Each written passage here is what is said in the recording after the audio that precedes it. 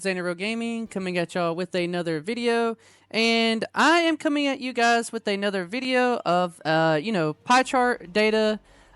Interestingly enough for this, the last one I did a doozy of, different tournaments and toppings. And in the last couple days, I really wanted to get a video out to kind of touch on where the meta is at. Really before these, new JJK decks come out into the game, right?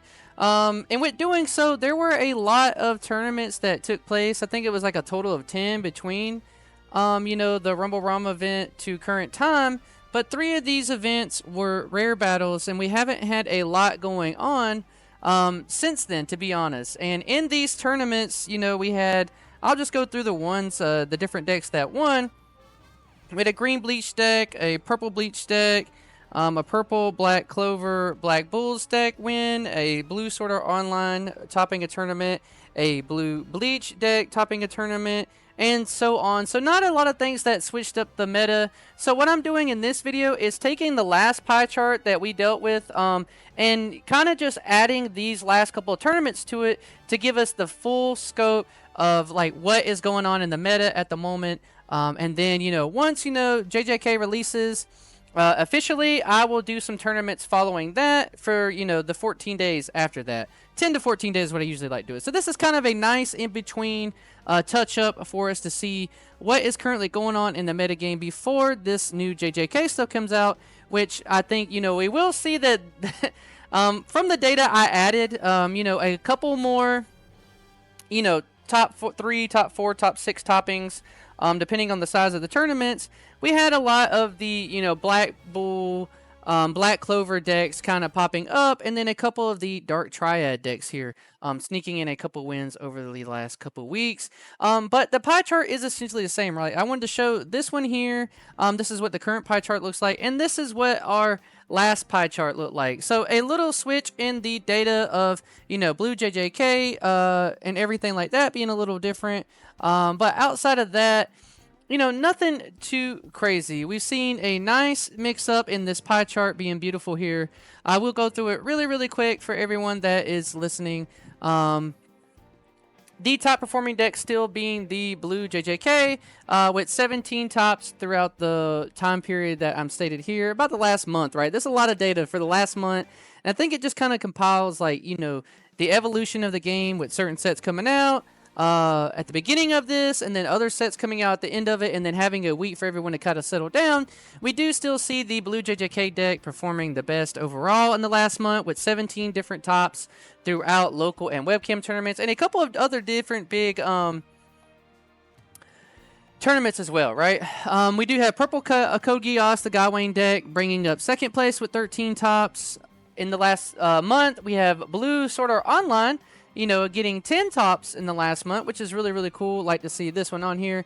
And then the big, star of the set is going to be the red Black Clover Black Bulls core deck. This is definitely looking to be the best deck from the Black Clover set, and it has managed to get 9 separate toppings throughout the last month, which is really awesome, right? Considering, it missed the first couple weeks from this data that I pulled in on. So really awesome to see that this deck is performing really, really well. And it is a really strong deck with a lot of good raid targets in it that, you can use to really push your opponent into some bad spots.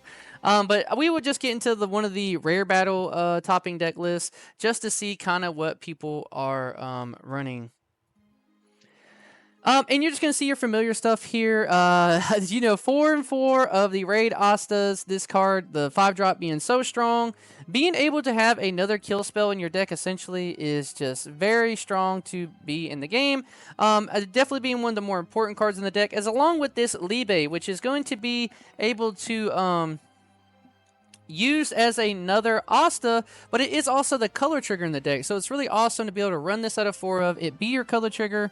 Now, red does not have the best color trigger in the game, but it is really important to see here that this card is super important in the deck. And then just 3 of the Knockfoss, which is another one of the really important cards in the deck. If you have the Knot on the board and then your Astas, then the Knots keep letting you be able to put the sources under your Astas that you want. It's just a low to the ground, very aggressive, very consistent deck that can really, punish your opponent for starting slow, right? You don't mind raiding on the Asta and just removing a body even if they don't have a rated body out, because now the body's gone, and unlike, you know, the blue JJK where you're giving that source back to their hand, well, he just gets rid of the 4K or less, which is really, really strong. I don't think this deck is going to be going anywhere. Really strong. Happy to see people doing well with the deck. All right, going back to the pie chart, like I said, Black Bulls doing really good. We have the green Bleach deck doing amazing as well. This deck is just showing how strong it is in the current meta game. I don't remember which tournament. I should have kept these up. It actually got the top in. It was one of the topping ones. Let's see, in the road games. That was the bigger tournament. Sorry, I should have had these up here. Where is that list? This is the one we took a multiple players of. But either way, you guys are going to get to see some of these different decks that top throughout here. Seeing a couple, you know, green Hunter decks pop up. I really am trying to find that. There we go. Here it is. So I do have the deck list pulled up here. And this is going to be a build for green Bleach.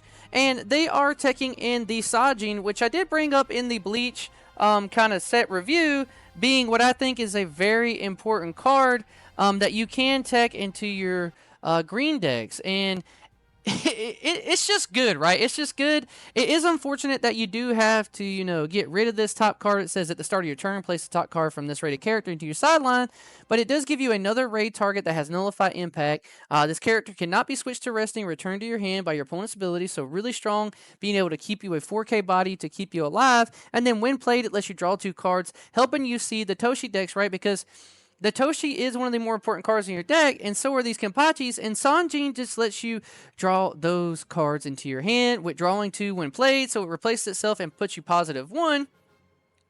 And the other Sanjin is just a really, really card. It has step, so at the start of your turn, you get rid of this top part, and then you can step this Sanji back down into your energy line if you really need him to. And then he is just really, really good, being able to get, you know, 3,500 BP, which is nothing to scoff at.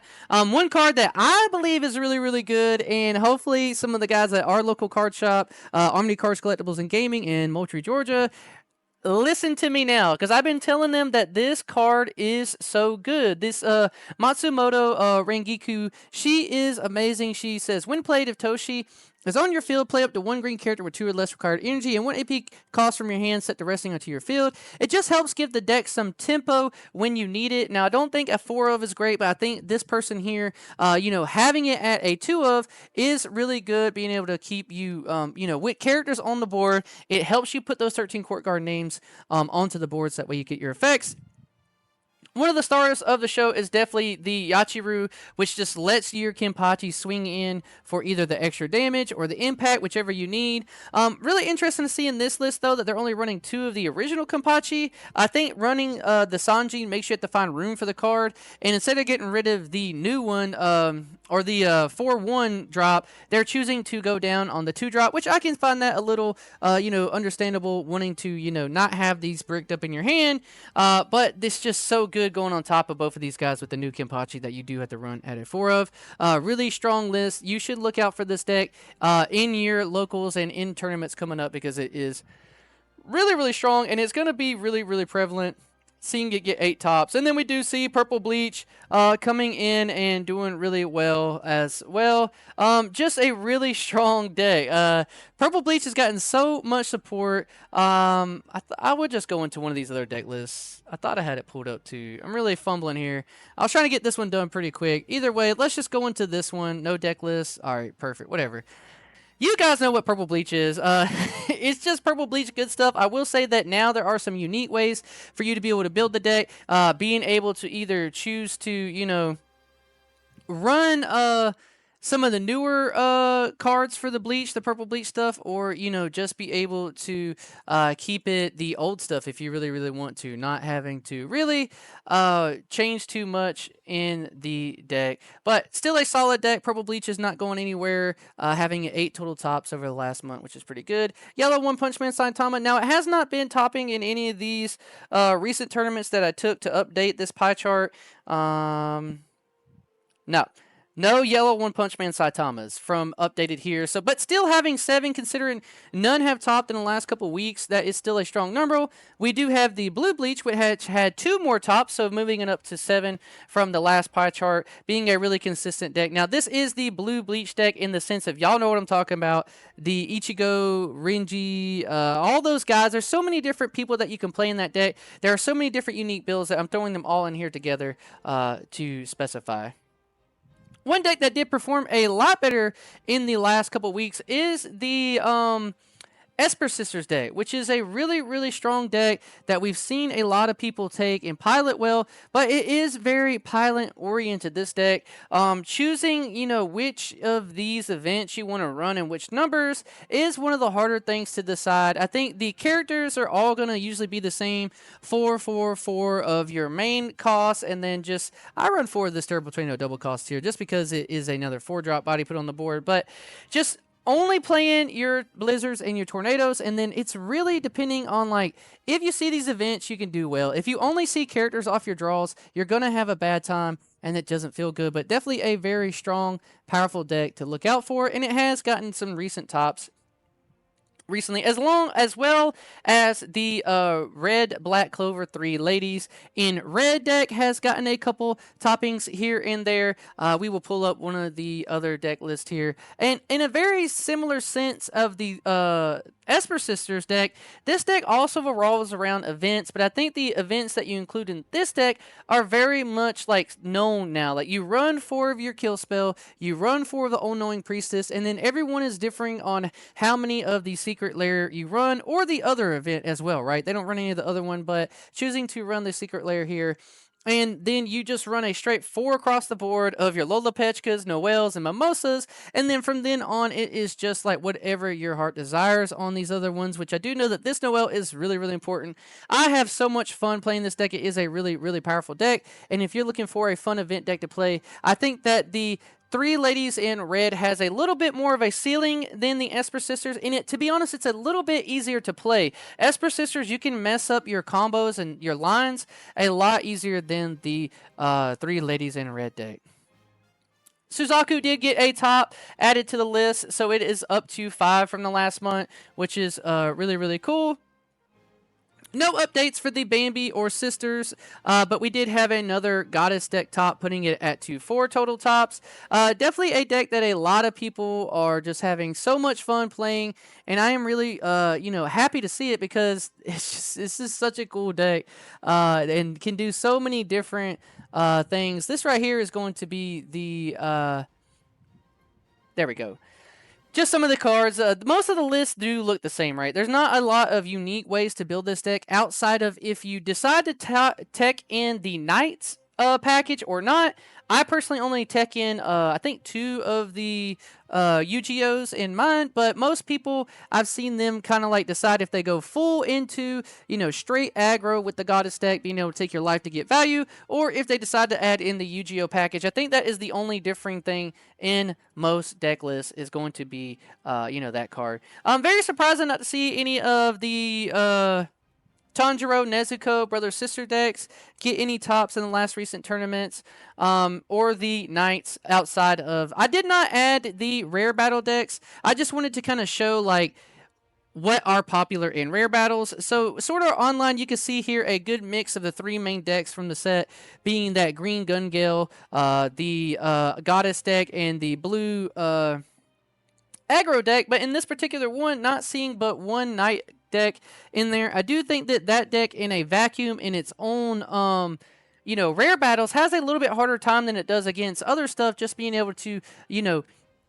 thwart some of the aggression that these sort of online decks offer in the rare battle. Touching on some rare battles that did happen. Now, granted, these I did not include into any of the percentages because they are rare battles, but clearly in the red battles for Black Clover, it is red Black Clover over everything else, even though purple Black Clover and the Dark Triad decks can perform really, really well, and obviously the 3 ladies in red is a powerful deck. Maybe a little bit better of a mix-up, but red is definitely the main color that you want to take into your rare battles. And then just another of the SAO here, rare battles, being mainly just filled with all green and blue decks, which are definitely really powerful, strong decks. No green One Punch Man Saitamas to update, but we did have a Kurapika and Dark Triad get some tops in, putting them both at 4 of the last month, which is pretty good. I love to still see that Kurapika is doing well, and I think a lot of people were sleeping on the Dark Triad deck, not being a deck that a lot of people had on their radar. What else got a cost up in here? I don't think anything else really changed at the bottom of the tiers here. I don't remember updating any one-ofs. Oh, yeah, we did. We had captains. Someone topped in one of these tournaments with captains, and I was really, really happy to see it. So let's look at their deck list here. Pretty much looking like it, almost exactly how I run it. Maybe they're a little greedier here because I do run 4 of the Mereoleona and the 4 Yamis, but they are going straight in 4 of all the 4 drops in the deck, which are, you know, your really, really important cards. And doing none of the draw cards, right? So just going straight damage, straight trying to beat your opponent up. I will say that this Rill ends up being a very important card in the deck because this, if you ever played Kurapika, and you've seen Melody up on the front line, this Rill kind of does the same thing, except you do have to state that you are using this Rill's ability because it says activate main, and you can only do it if you have 6 or more energy currently, and it keeps an energy generation through your opponent's turn, but you do have to state you're doing that. If you do not have the energy to do it. Just to make sure no one misplays on this card, you have to state that you're activating this effect. I usually use a counter to show that he is generating life up. But they are going, I think, you know, a little greedier than me. Like I said, running 4 of each of these 4 drops makes for some cloggy things. But if they do see it, their ceiling is probably a lot better than mine. I do run, I think, 4 of the Charlotte and then 3 Yami, 3 Fugolians. And I think I've run a couple of other of these small characters. But I love to see Mereoleona doing well and someone snuck in a top. If I could ever manage to make it to some of these tournaments, I will be working on my captain's deck. I've been playing this deck a lot more than my 3 ladies in red deck, because this deck I feel like I need to work on it a little bit more, whereas the 3 ladies in red deck, you kind of just build it. I don't think like your numbers really matter too much, where I do think that you can get pretty creative with the captain's deck.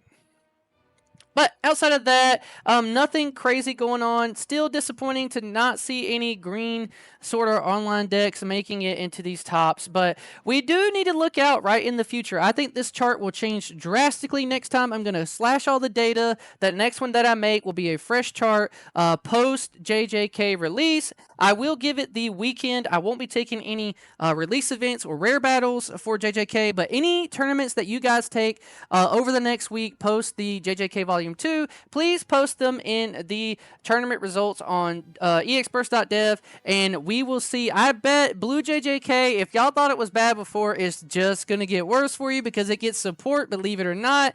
That makes it a little more consistent, but in all fairness, a lot of unique ways to play the deck now. Like, you're going to be able to, you know, go tall with your Blue JJK decks. You can go focus straight on Nanami now if you want to, or you can still do the hybrid stuff that you want to do. I do think that Megumi is also going to be something that will show up, which has had a couple tops, 2 tops here and there throughout the different weekends.